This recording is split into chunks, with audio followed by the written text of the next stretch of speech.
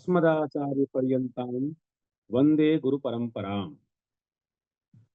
मित्रों, बीज गणित के अध्ययन क्रम में आज हम ग्रंथ के मंगलाचरण से प्रारंभ करेंगे और साथ ही पंक्तिशः आचार्य भास्कर की इस अनुपम कृति का अध्ययन एवं परिचर्चा का क्रम प्रारंभ करेंगे। इस ग्रंथ के वैशिष्ट्य एवं ऐतिहासिक कलेवर के विषय में कुछ चर्चा हमने की थी। साथ ही इस अध्ययन क्रम में इस ग्रंथ का गणितीय महत्व, ऐतिहासिक महत्व, साथ ही ज्योतिष शास्त्रीय विषयगत महत्व को लेते हुए हम ग्रंथ का अध्ययन आज प्रारंभ करने जा रहे हैं।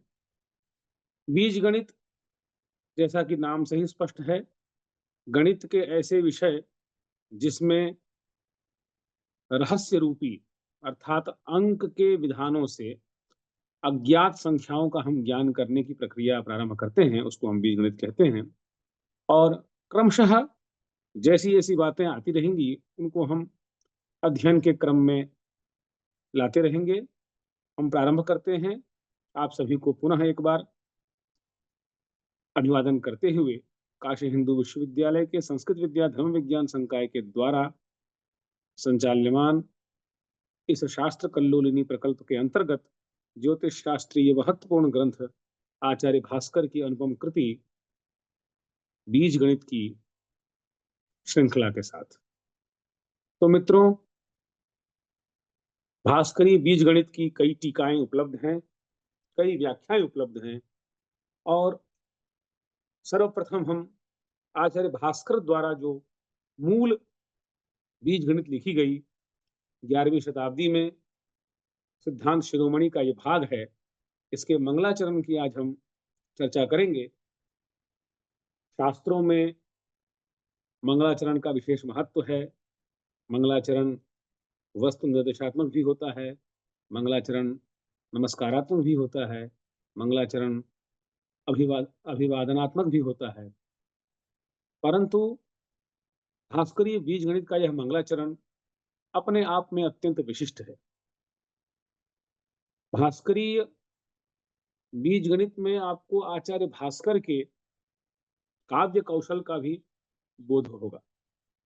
इस क्रम में एक और निवेदन है कि भास्कर की जिसकी चर्चा हम आज करने जा रहे हैं, जिनके ग्रंथ का अध्ययन हम कर रहे हैं, उनका सिद्धांत शिरोमणि ग्रंथ का यह द्वितीय अध्याय कहा जाता है। अर्थात सिद्धांत शिरोमणि ग्रंथ के ही अंग रूप में बीज गणित की स्वीकृति शास्त्रों में है। यह भी प्रमाण प्राप्त होते हैं कि एक ही कलेवर शिरोमणि की रचना करने के उपरांत अलग अलग ग्रंथों का विभाजन हुआ। तथापि इस ग्रह गणना को समझने के लिए इस बीज गणित को समझना अत्यंत आवश्यक है और उसकी प्रवृत्ति में क्या हेतु है, क्यों इस ग्रंथ की रचना कर रहे हैं और किस प्रकार गणित का महत्व है। क्योंकि जब आचार्य भास्कर शिरोमणि की रचना करते हैं तो वे कहते हैं, ज्योतिष शास्त्र फलम पुराण गणकैः आदेश इत्युच्यते नूनम लग्न बलाशतः पुनरयम तत्स्पष्ट खेताश्रयम। तो स्पष्ट ग्रह का साधन ही ज्योतिष शास्त्र का प्रयोजन है। ते गोलाशयनोन्तरेण गणितम गोलोपि न ज्ञायते तस्माद् यो गणितम न वेत्स्य स कथम गोलादिकम ज्ञास्यति। तो गोल का और गणित का ज्ञान हुए बिना ग्रह गणना कर पाना नितांत असंभव है। अतएव बीज गणित की प्रवृत्ति में आचार्य भास्कर प्रारंभ में लिखते हैं कि ये गणित क्या है। तो मंगल पद में कहते हैं आचार्य भास्कर, उत्पादकम यत् प्रवदन्ति बुद्धेः अधिष्ठितं सत्पुरुषेण सांख्याः व्यक्तस्य कृत्स्नस्य तदेक बीजम अव्यक्तमीशम गणितम च वंदे। ये मूल वचन है। उत्पादकम यत् प्रवदन्ति बुद्धेः, सामान्य इस श्लोक का पहले अर्थ करेंगे, फिर हम देखेंगे कि कितने प्रकार के अर्थ इसके आचार्य भास्कर को अभिप्रेत हैं, और शब्द को शास्त्रों में कामधेनु के रूप में कहा गया है। शब्द के अनेक अर्थ होते हैं। कई बार आचार्य का जो आशय होता है, उस आशय में कई प्रकार के निहितार्थ भी छिपे रहते हैं। तो आचार्य भास्कर ने कहा, उत्पादकम यत् प्रवदन्ति बुद्धेः, बुद्धि का उत्पादक जिसको कहा जाता है। यम, ये गणित और भगवान विष्णु की, या सांख्य दर्शन के अनुसार हम कहें तो उस प्रधान की, उस पुरुष की स्तुति करते हुए आचार्य भास्कर कहते हैं। तो एक ये भी इससे स्पष्ट होता है कि आचार्य भास्कर वैष्णव संप्रदाय के थे, सांख्य दर्शन के अनुयायी थे। उत्पादकम यत् प्रवदन्ति बुद्धेः, सांख्य दर्शने बुद्धेः उत्पादक रूपेण यह ख्यातः, यह कह सत्पुरुष रूपेण, सांख्य दर्शन में जिसको बुद्धि का उत्पादक कहा गया है, उस पुरुष तत्व को। तो ये बुद्धेः उत्पादकम यत् प्रवदन्ति तत् सत्पुरुषेण अधिष्ठितम, स कहा सह पुरुष विशेषः सांख्य दर्शने बुद्धेः उत्पादक रूपेण प्रतिष्ठितः सैव पुरुषः अत्रापि गणित रूपेण वाच्यः। वह पुरुष ही बुद्धि का उत्पादक है, और वह पुरुष ही गणित का उत्पादक है। जिसको सांख्य दर्शन में हम पुरुष के रूप में जानते हैं, उसी को हम यहाँ गणित में भी बीज के रूप में जान रहे हैं। जैसे पुरुष के दर्शन न होने से भी सभी चराचर जगत के निर्माण में उसकी हेतुता को सिद्ध कर रहे हैं दर्शन के, सांख्य दर्शन के आचार्य, ठीक वैसे ही यह बीज कैसा है, तो यह बीज वैसा है जिसका हम दर्शन नहीं कर सकते, परंतु यह बुद्धि का उत्पादक है, प्रक्रिया का उत्पादक है। और ठीक उसी प्रकार इस अव्यक्त से व्यक्त की उत्पत्ति होती है, जैसा दर्शन शास्त्र में, सांख्य दर्शन में पुरुष के द्वारा, अव्यक्त के द्वारा समस्त महदादि पदार्थों की उत्पत्ति की जाती है। तो उत्पादकम यत् प्रवदन्ति बुद्धेः, बुद्धि का जिसको उत्पादक कहा गया है, अथवा अधिष्ठितम सत्पुरुषेण सांख्याः, जो सांख्य दर्शन में पुरुष के रूप में अधिष्ठित है, वैसे पुरुष को, अथवा गणित की दृष्टि से वैसे गणित को। फिर क्या कह रहे हैं आचार्य, व्यक्तस्य कृत्स्नस्य तदेक बीजम, सकल जगत के जितने भी हमारे चराचर व्यक्त पदार्थ हैं, उन सभी पदार्थों का, यह जगति सर्वेषाम जगताम पदार्थानाम आधारभूतः सः पुरुषः, व्यक्तस्य कृत्स्नस्य सकल जगतः तदेक बीजम, वही यह एक बीज है। बीज अर्थात आधारभूत हैं। गणित के अर्थ में इसकी व्याख्या करें तो सकल चराचर जगत में वही गणित समस्त भौतिक पदार्थों का आधार है। तात्पर्य क्या है, इस जगत में कोई भी ऐसा पदार्थ नहीं है जिसमें गणित की सत्ता न हो, या गणितीय परिमाप से, गणित की परिधि से वह बाहर हो। दूसरे अर्थों में व्याख्याकारों ने यह भी अर्थ किया है कि ऐसा कोई पदार्थ नहीं है जिस पदार्थ का साक्षात या परोक्ष रूप से उस प्रधान पुरुष से संबंध न हो। भौतिक जितने भी पदार्थ हैं जो पंच महाभूत से निर्मित होते हैं, जिनको हम व्यक्त रूप से देख पा रहे हैं, उन सभी पदार्थों का जिस प्रकार हेतुभूत वह प्रधान ईश्वर है, वह पुरुष है, ठीक उसी प्रकार इस जगत में जितने भी माप, परिमाप, गणित की श्रृंखलाएं, व्यवहार या पदार्थों का हमें अवलोकन हो रहा है, उसमें कहीं ना कहीं बीज अर्थात गणित, बीज गणित विद्यमान है। लंबाई है, चौड़ाई है, ऊंचाई है, दीर्घता है, गहराई है, गोलत्व है, घनत्व है, इन सब पदार्थों में तदेक बीजम, वह एक रहस्यमयी अवतरण है, यह एक रहस्यमयी प्रक्रिया है। उसको अव्यक्तमीशम गणितम च वंदे। उसको हम अव्यक्त कहें, उसको हम ईश कहें, वह ईश भी अव्यक्त, अथवा उसको हम गणित कहें, तो उस वो ईश जैसा अव्यक्त है। अव्यक्त का विशेषण दोनों में है, अव्यक्तम ईशम तदेव अव्यक्तम गणितम च। जिस प्रकार वह पुरुष अव्यक्त रहते हुए समस्त पदार्थों का हेतुभूत है, ठीक उसी प्रकार तेनैव प्रकारेण तद अव्यक्तम गणितम अभिवर्तते। ताभ्याम उभाभ्याम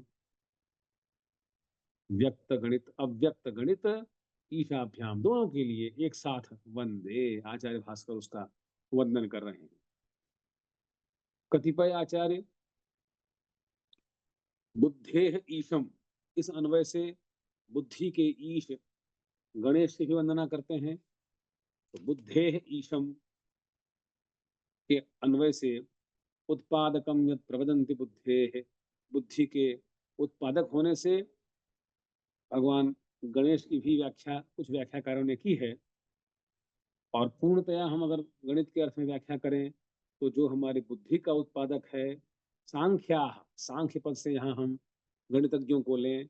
गणितज्ञों ने सत्पुरुषेण, सत्पुरुष मतलब सुंदर प्रकार के कलेवर, पुरुष अर्थ से यहाँ जो हम अव्यक्त में कल्पनाएं करते हैं, उन कल्पनाओं के आधार पर सत्पुरुषेण, सत्पुरुष अर्थात हम जिस प्रकार आधुनिक गणित में वर्ण के माध्यम से गणित में अंकों का साधन करते हैं, ठीक उसी प्रकार पुरुष कलेवर रूप में उन संख्याओं को कल्पित करते हुए और उसको बीज के रूप में मानते हैं, क्योंकि अंक से संख्याओं का द्योतन आचार्य को अभिप्रेत है।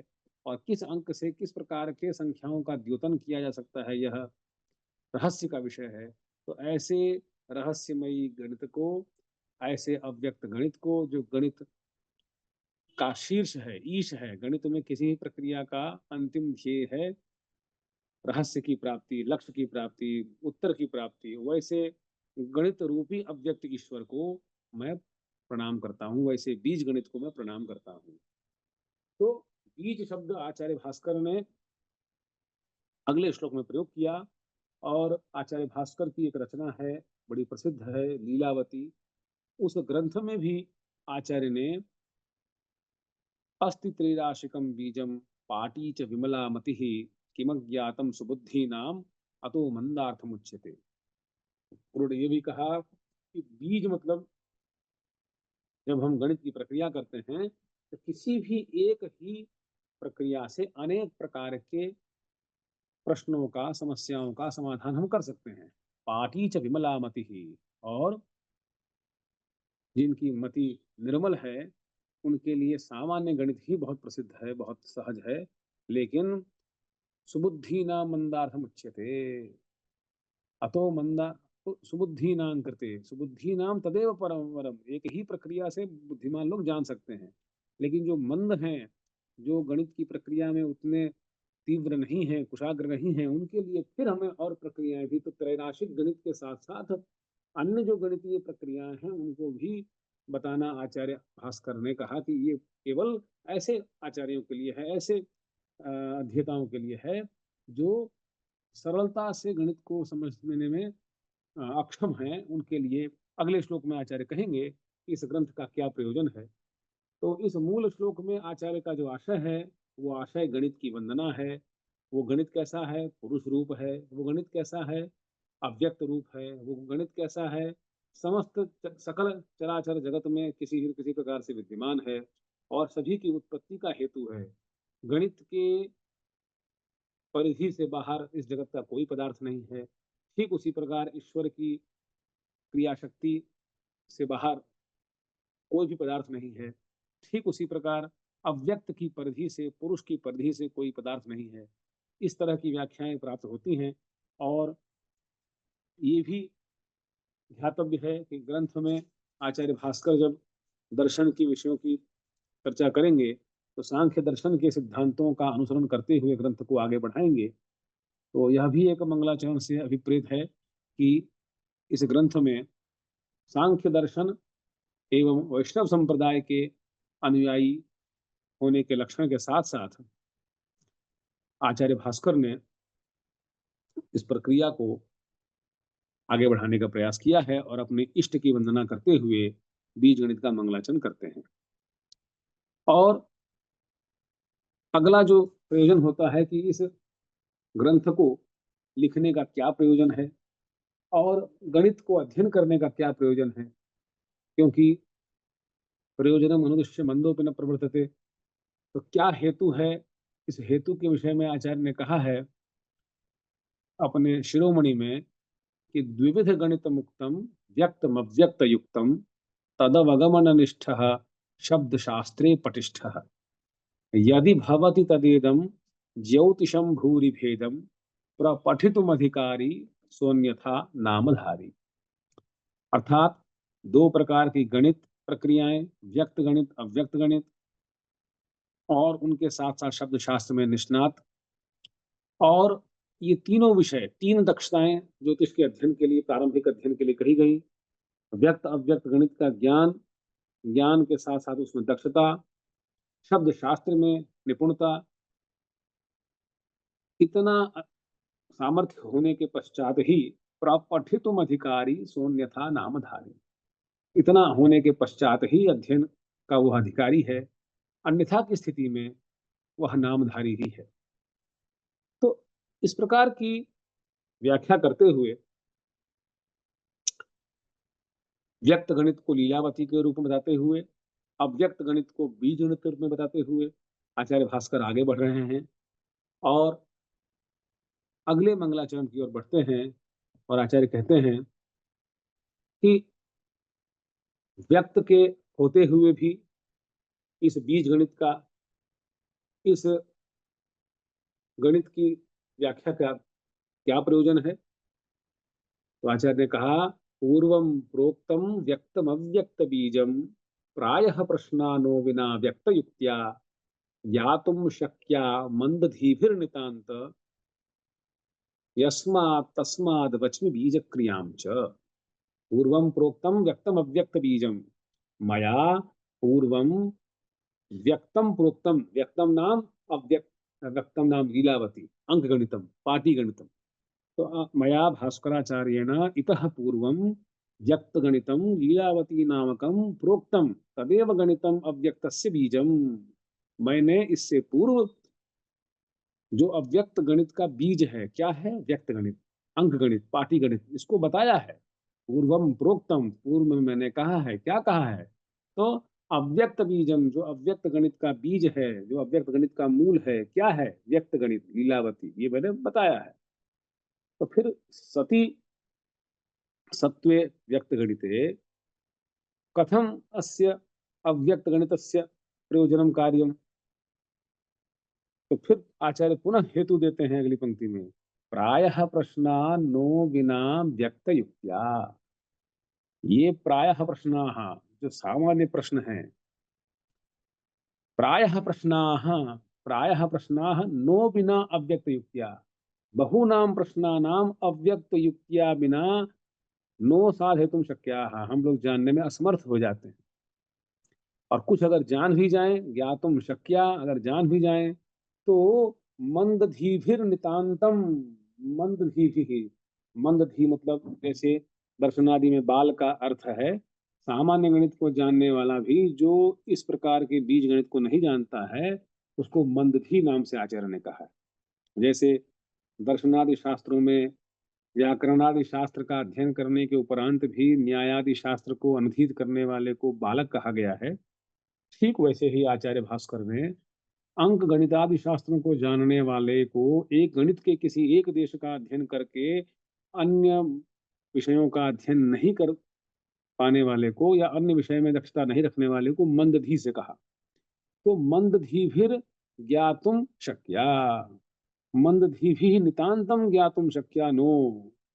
अर्थात सामान्य लोग तो अध्ययन करके जान सकते हैं, लेकिन जो थोड़े से मंदधी हैं, जिनकी गणित में उतनी प्रवीणता नहीं है, वो अव्यक्त युक्तिया बिना प्रायः प्रश्न ज्ञातुम शक्या नो, उनको जानना सामर्थ्य उनके में नहीं है। ते प्रायशः ये बुद्धिमन्तः सन्ति ते केवलम अव्यक्त गणितम अंतरा व्यक्त गणितेनापि सर्वं साधयितुं शक्नुवन्ति, परंतु ये मंदधियः वर्तन्ते, येषां बुद्धिः शिथिला वर्तते, तेषां कृते तु अव्यक्त युक्त्या विना कल्पनया विना बीजगणितम अंतरा तैः केषाञ्चन प्रश्नानामपि साधनं कर्तुं न शक्यते। अयम आचार्याणां भावः। क्या आशय है कि जो बीज गणित को नहीं पढ़े हैं, कुशाग्र बुद्धि के हैं, विमलामती जिसको आचार्य भास्कर ने कहा लीलावती में विमलामती हैं, वो तो बिना बीज गणित की प्रक्रिया के ही विषय को जान लेते हैं।